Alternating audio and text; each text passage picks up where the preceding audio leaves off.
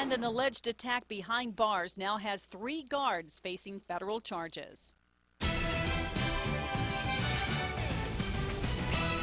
Good afternoon. Those 3 prison guards were indicted by a federal grand jury in connection with the beating of an inmate at the Metro Detention Center last year. News 13's Diana Sauceda has the story. Well, Diane, the guards face various charges from violation of civil rights to obstruction to falsifying records. This is surveillance video taken last December at MDC. The victim, according to the FBI investigation, is Christopher Shields. He was being booked for aggravated DWI and was taken into the photo room.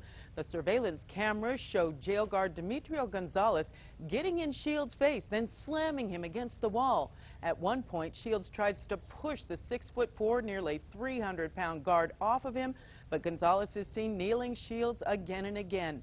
Other guards get involved. They usher him into the shower room, a room without cameras. Those guards are Kevin Casaus, Matthew Pendley, also named in the federal indictment. Now, 39-year-old Gonzalez is charged with violation of civil rights. 23-year-old Kevin Casaus also faces violation of victims' civil rights and obstruction of justice.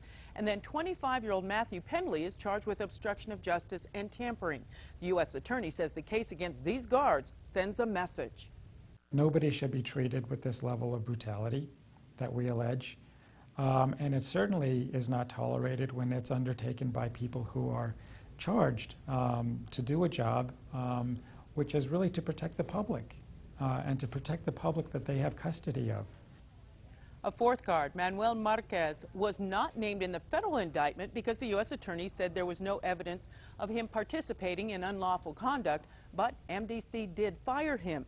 Gonzalez and Pendley were terminated by MDC back in March. Casaus was just put on administrative leave through July 3rd after MDC learned of the indictment. Diane, back to you.